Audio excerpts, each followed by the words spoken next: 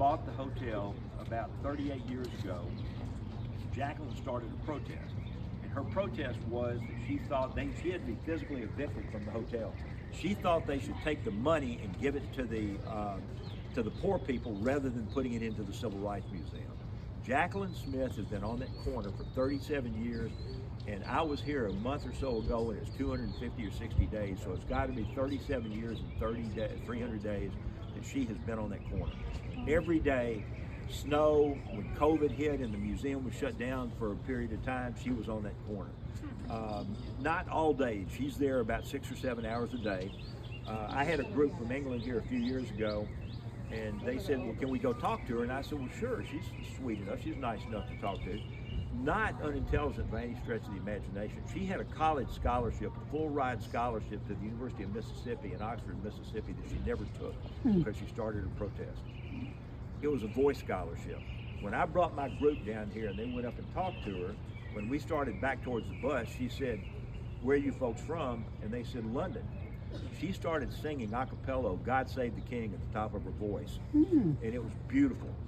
And I said, after she finished, I said, Jacqueline, I wanted to take your picture, video what you just did with my phone, but I thought, what a terrible violation of your privacy to do that without you knowing. But you be on notice. If you ever do it again, I'm going to video it. And I had one of my tour guides had a group from Canada up here about 3 months ago, and she broke into "Oh Canada" for me. So, and by the way, this part of the building that's under construction is called the Legacy Building.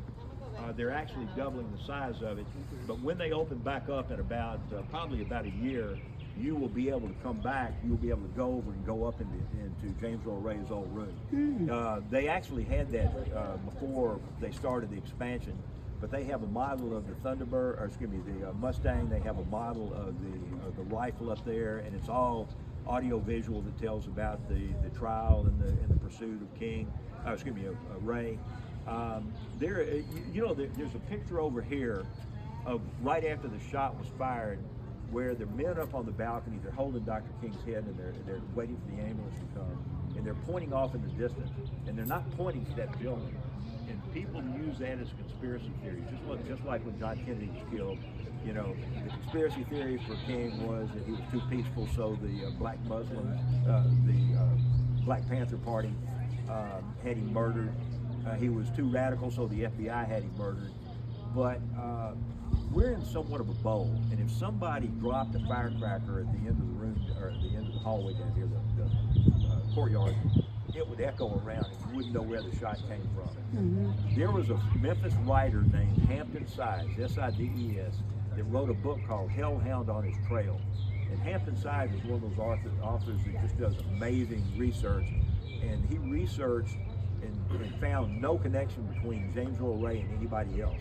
And I ran into him at a book signing, and I said, Hampton, I probably have sold a bunch of books for you because I use it as the book that dispels the conspiracy theory.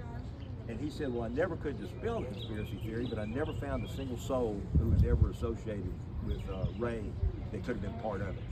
So I think he was just a grifter that was just looking for fame, or maybe he was just a racist. But we think he had, acted alone when he did it. One of you asked about the two cars. If you look at the picture over here, these two cars are replicas. They were put here so it looks exactly like it did when Dr. King was here. The museum is a fantastic museum. It tells the plight of African Americans from the earliest days of slavery up to current. And it's a world-renowned museum. They have Freedom Awards every year. Famous Americans. Barack Obama came, I think it was back in 2011, and got the award, and then spoke at a local high school for their high school graduation. But it's a great museum, and Jacqueline, of course, her protest is